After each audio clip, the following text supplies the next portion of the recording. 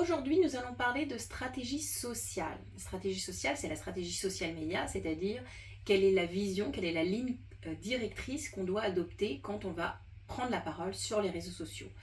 Alors, contrairement à l'avis de beaucoup de gens, il ne suffit pas de poster de manière spontanée un événement, une offre, etc. pour que ça fonctionne. Il faut suivre, comme tout, une ligne de conduite. Le premier pas, c'est celui qui nous fait gagner 80% d'efficacité à la fin, on le sait ça. Et donc, sur les réseaux sociaux, c'est pareil que pour une marque, c'est pareil que pour une stratégie éditoriale ou une stratégie digitale. Comment on fait ça? On doit définir 3 parties dans la stratégie sociale. Premièrement, on doit définir quelles sont nos cibles.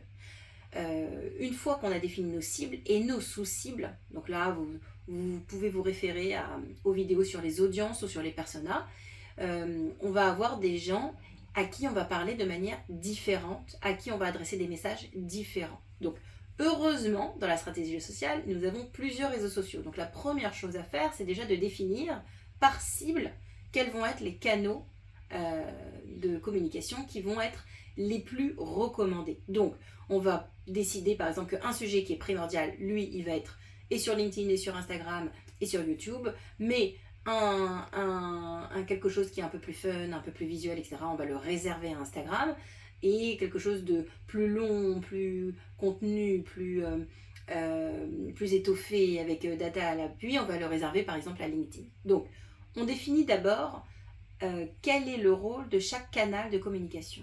Donc, on définit déjà ça. Ensuite, on définit l'entonnoir. Donc, on va définir non pas une cible à un instant T, mais une cible par rapport à son intérêt, l'intérêt qu'elle vous porte.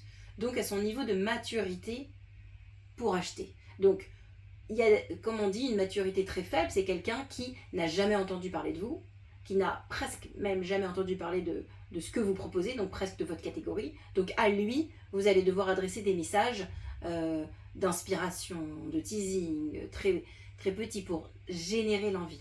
Après, il y a des gens qui ont déjà eu une interaction avec vous, qui ont déjà peut-être liké un post, qui ont vu une vidéo que vous avez faite, etc. Donc eux, ils sont déjà à un niveau d'intérêt plus élevé. Alors à eux, on peut déjà apporter un contenu un petit peu plus étoffé. Et puis après, on a les gens qui sont très intéressés, qui sont des followers de votre page ou des fans de votre page et qui vous ont déjà posé des questions ou qui ont déjà mis des commentaires. Donc là, il y a une interaction forte. Et là, à eux, on peut commencer à parler des offres de différenciation, voire des rendez-vous commerciaux, voire de la vente. Okay?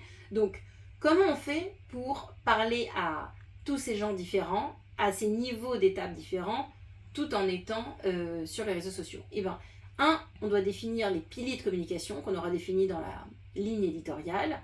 Donc, on a un plan qu'on doit suivre avec un calendrier éditorial, ça c'est pour l'organique. Et ensuite, on appuie ce calendrier éditorial par des campagnes ciblées pour chacune des cibles et dans lequel on va adresser des messages extrêmement spécifiques en fonction de la grande cible et de son niveau de maturité.